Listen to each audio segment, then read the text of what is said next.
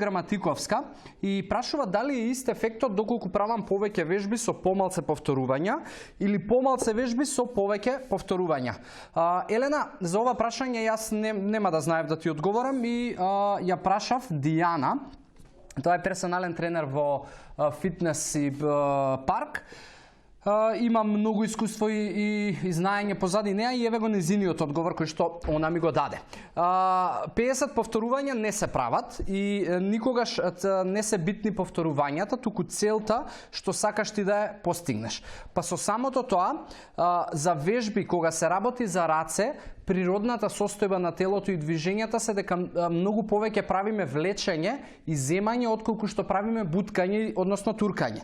И затоа треба вежбите за раце секогаш да ти се распределени 3:1, односно да правиш 3 вежби со влечење, а наспроти една со туркање. Така да тоа е она што Дијана го кажа и советува доколку сакаш можеш на таа Fitbiz Academy која што организираме од крај на март до крај на април, да се приклучиш и многу повеќе да дознаеш околу вежбање, фитнес, велнес и она што можеби тебе те интересира и на крај се разбира и да се добиеш и интернационално признат сертификат.